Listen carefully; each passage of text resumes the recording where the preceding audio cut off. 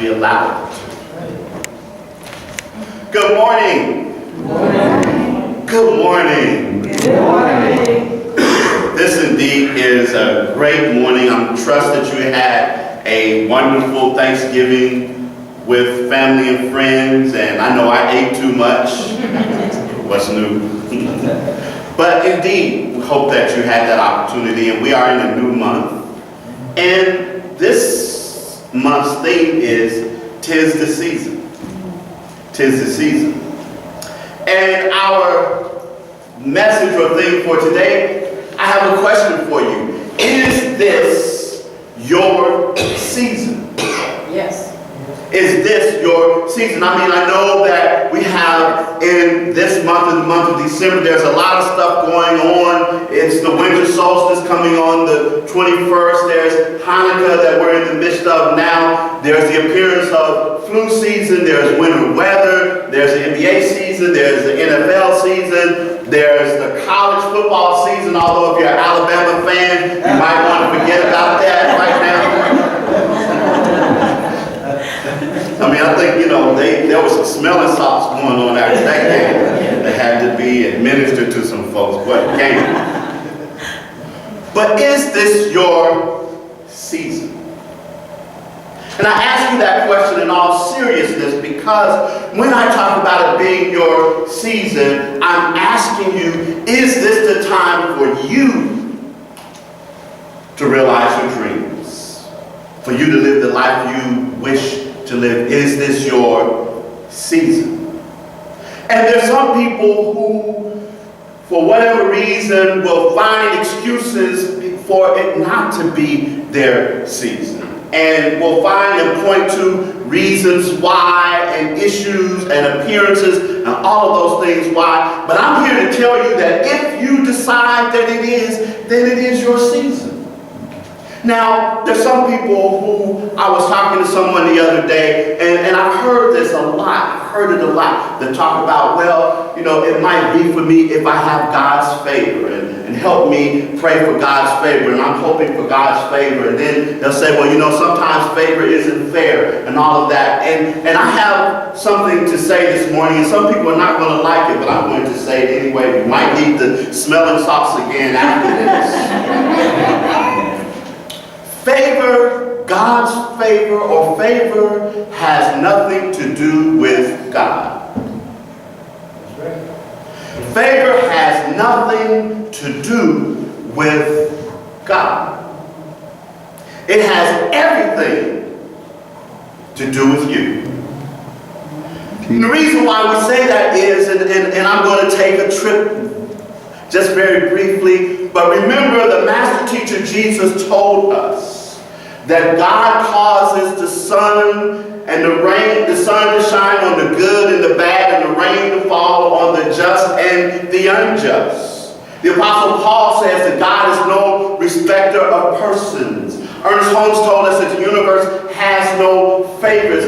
In other words, there is no God that is whimsically saying, I like this person, so therefore I'm going to bless them, but I don't like that person, so I'm not going to bless them. It's already done in the mind of God.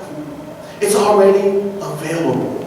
It's already open to us. So rather than thinking that we have to somehow gain God's favor, it's really a matter of deciding that we will walk into all of the infinite possibilities that are there and that are available to us, that we will accept it and say, yes, this is my season. It's like this place, this room here now that we have ourselves gathered to celebrate. It's warm in here. It's cold outside. Not as cold as it had been, but it's still a little chilly outside. And the thing of it is that anyone who desires to can walk into this room. And they don't walk into this room and start a fire or turn on a heater or anything else, because it's already warm. It's already here. It's already available. It's just simply making the decision, choosing choosing to walk into this place, to walk into that. And it's the same way when we start talking about the possibilities that are there for us, the possibilities that are available, because God has already created it all. It's already at our disposal. As a matter of fact, there are things that are still yet untapped, but they are available for us now.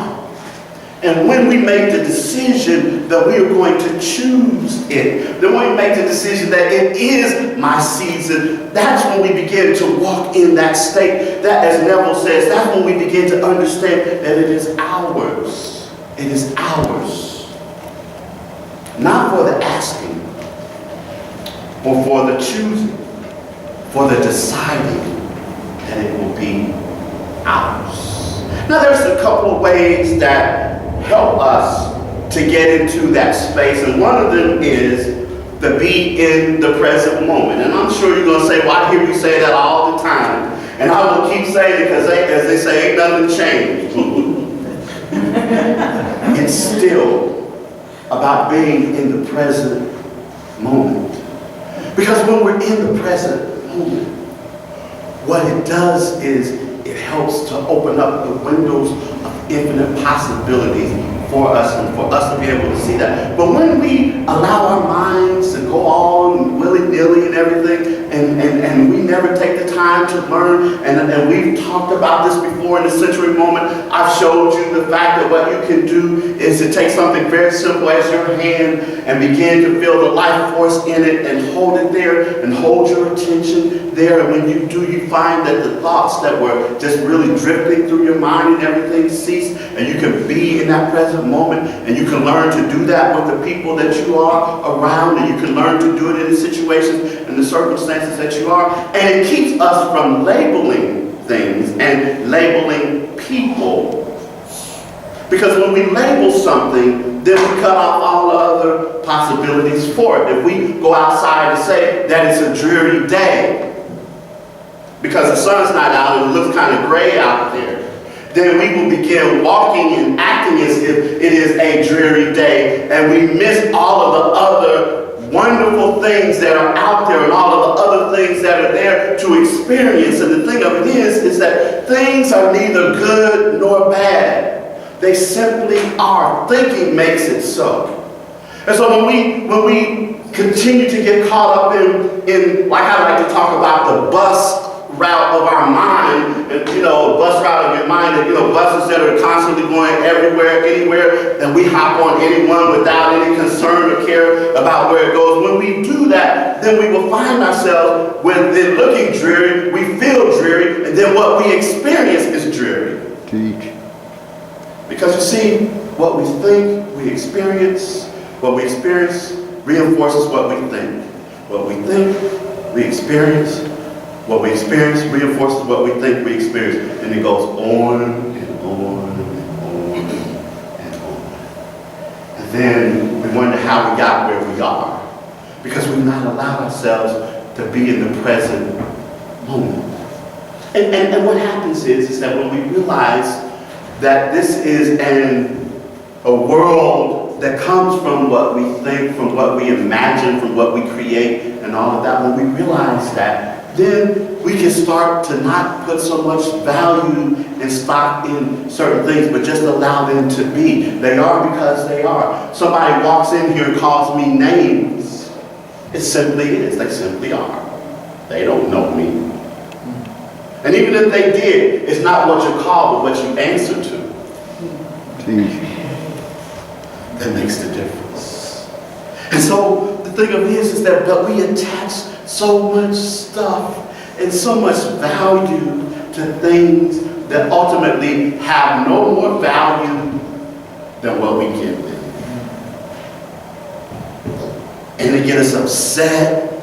They get us all out of whack, out of sorts, and everything else because of what someone has done or because of what someone has said. But the thing of it is that ultimately we have the choice. And by being in the present moment, it allows us to see those things. I mean, I had the wonderful opportunity to, in the early morning hours to get up and to just be in the silence, to be in the stillness. Now, yes, my mind will start to wonder. Yes, my mind will start to look at this or that. But it's about working on that to the point where when I get there, that I realize that I can be in the moment and experience the life force in my body and appreciate my body and appreciate the life force and appreciate all things and just stay in that mode and stay in that attitude. Because you see, when we're able to do that, when we're able to stay in the present moment, then we can change things. We can see things shift. We can see things differently. I mean, it's like that story I like to tell about the frogs that had fallen in a hole, and one of the frogs was down there, and there was a deep, deep hole, and the frog looked around and saw all the frog skeletons down there and realized that, this was a place that not many frogs got out of, if any frogs. And so he was down there, and all of his friends gathered around, and they looked down and said, oh, well, there goes another one. He's not going to make it. They never make it. And so the frogs started trying to jump. And the frogs that were up at the top were looking down, and they were telling them, don't try it, don't try it. You're wasting your energy. You'll never make it. You'll never make it. And the frog kept on jumping and everything, and pretty soon he got a good hop and jumped up out of the hole. And he landed, and when he landed, all the other frogs ran around, and they were saying things to him, and the frog was looking at them strangely, and then one another frog said, oh, I recognize him, I know. And that frog walked over and started doing sign language. And he said, well, you see, the problem was, he can't hear. And when he saw you jumping up and down, he didn't know you were telling him not to jump. He thought you were encouraging him.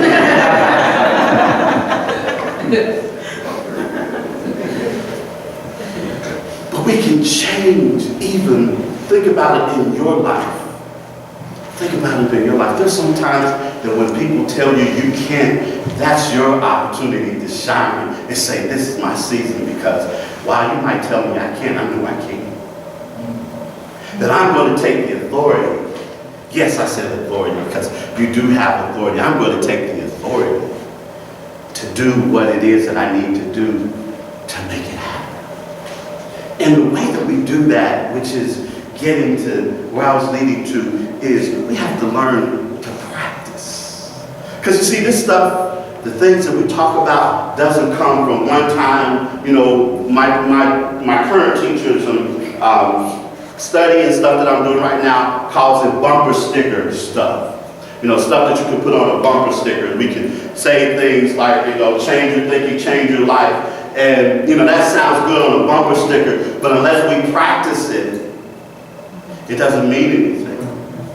I mean, it's good, it sounds good, we put it on a bumper sticker, we can, put it up on the screens like we have affirmations, and we have all of that for you to give you something, but it's about practicing it. It's about putting it into action. It's about doing something about it. That's why in the bulletin every week you have, what am I going to do about it? Because if you hear something that sparks your interest and something that resonates with you, then the question then to ask yourself is, what am I going to do about it? Because that's what helps you get into your season.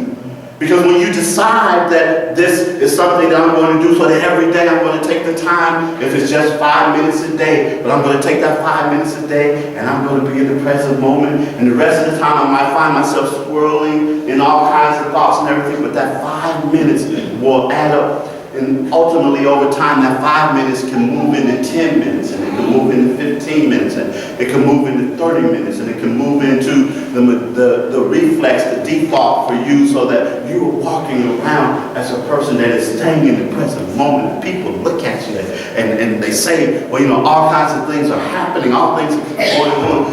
And you ought to be down, you ought to be upset, you ought to be, and you're just there in that space because you know all is well. It's about taking the time to do the spiritual mind treatment, to do the stuff that nurtures you, the things that help give you a sense of peace and a sense of connection and a piece of understanding. It's about being in that space and allowing all that is to just flood your very being until there's something inside of you that says, like we sang this morning, my soul is welcome here. And it's not in a physical place I'm talking about right now. It's in that dimension. It's in that space where you know your oneness with all there is. Your soul is welcome there. That is the very essence of your soul. It is who you are. So that everywhere you go, the ground on which you stand is holy ground. It's not in a particular place or space, but it's everywhere. It's not just in a particular season or a particular time, but it's every time. It is when we come to that realization and we come to that understanding that peace and love and joy and contentment and realization and all of that becomes ours, and it becomes our season. It becomes the time in which we say, put me in the game, coach. I'm ready.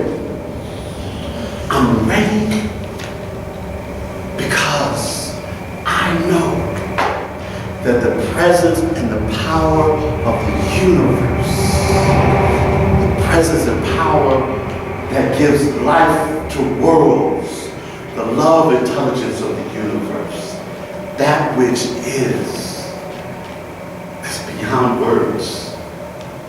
Words start to fail. And we just experience. We just know. We just feel it. We understand it. There was a man who had been on his journey, and he found enlightenment along the way, and one of his teachers that he had kind of spent some time with and walked away with told him, I understand that you are now enlightened, and can you show me? And the man said, I don't really have anything to show.